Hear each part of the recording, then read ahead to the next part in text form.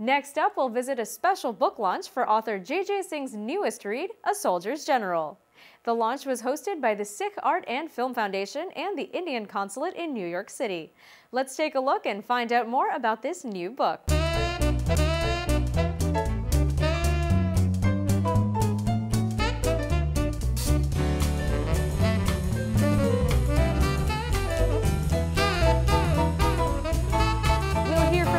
At the book launch, as well as the Sikh Art and Film Foundation president.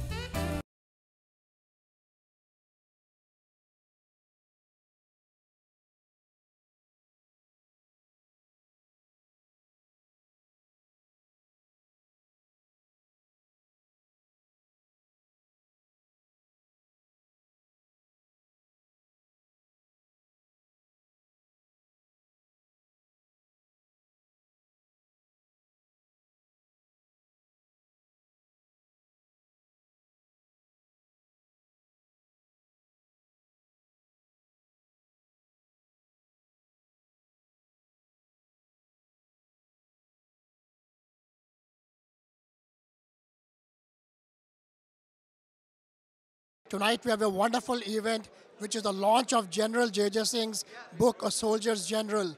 We are very proud to have General J.J. Singh, the first Sikh general in the India as the chief of the army for India.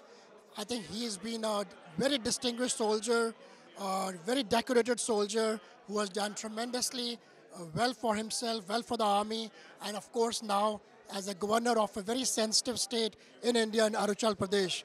I think the book which will be launched today, there's an article that I read about Kuldeep Nair, which he says his family goes back 3 generations. His grandfather was a Sipahi, his father was a colonel. So Kuldeep Nair wrote, Sipahi ka beta karnal banega aur karnal ka beta jarnal banega. So it's a wonderful thing. We are very proud to host from Sikh Art and Film Foundation the release of General J.J. Singh's book, A Soldier's General. And now get ready for the unveiling of A Soldier's General, as well as a few words from author J.J. Singh and Indian Consul General Prabhu Dayal. Let me mention that, without doubt, General Singh is one of the most highly decorated officers of the Indian Army.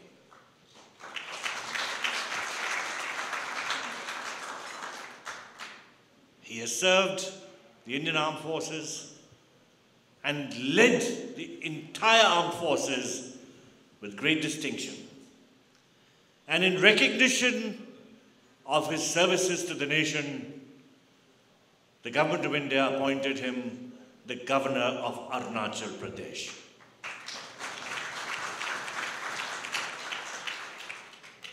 This was indeed a very befitting assignment because he brings his tremendous experience of serving in the Indian Army to his assignment as governor, because Arunachal Pradesh, as you know, borders China, and you need a lot of expertise and experience to function as governor of Arunachal Pradesh. I've lived a full life.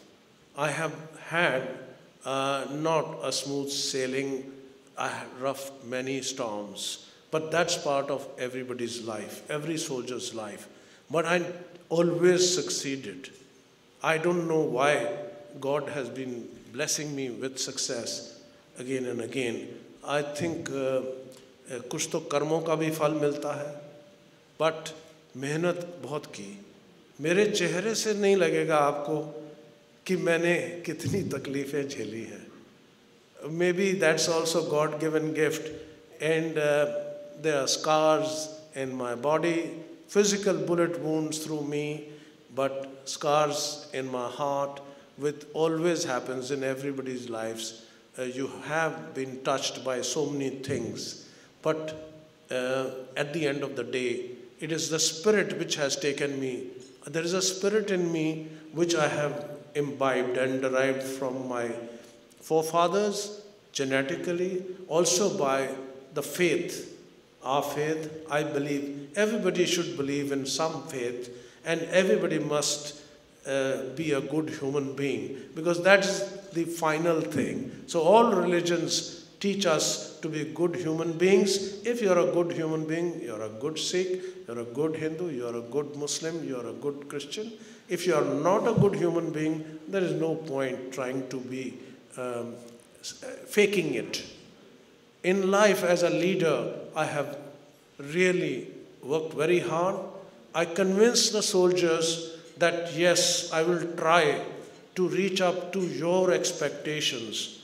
I cannot demand your respect. I cannot demand your salute. I should command it or earn it by my good leadership. So you respect me, you salute me from your heart because you feel that I care for you. I'm concerned about you. I want to tell you that whichever assignment I got, it's all there in my book. There are many lessons on leadership. There are many lessons on higher leadership because higher leadership now is being talked about a lot. Few events have happened in our country as well, as also in America recently and other places in China also. So higher leadership I've covered in my book very well, how I felt a higher leader should conduct himself at the highest rungs. I also talked about our problems, our boundary issues with China, our issues with Pakistan and our neighborhood, and what I think should be our approach to solving these problems in a pragmatic and mature manner and maintaining peace and tranquility. I can assure the audience here and through various media channels, the message must go that there is peace and tranquility on our borders, and our government's approach is a very mature and very statesman-like approach to solving the issues which seem intractable, but I'm an optimist. I always see the glass half full, and therefore I feel that things will get resolved. It may take some time, but there's nothing to worry because all countries in our neighborhood need peace and stability for prosperity and khushhali. A Soldier's General is definitely going to be on my reading list. How about you? It's time for just one more break, but don't go anywhere. We've got lots more for you on the other side of the break.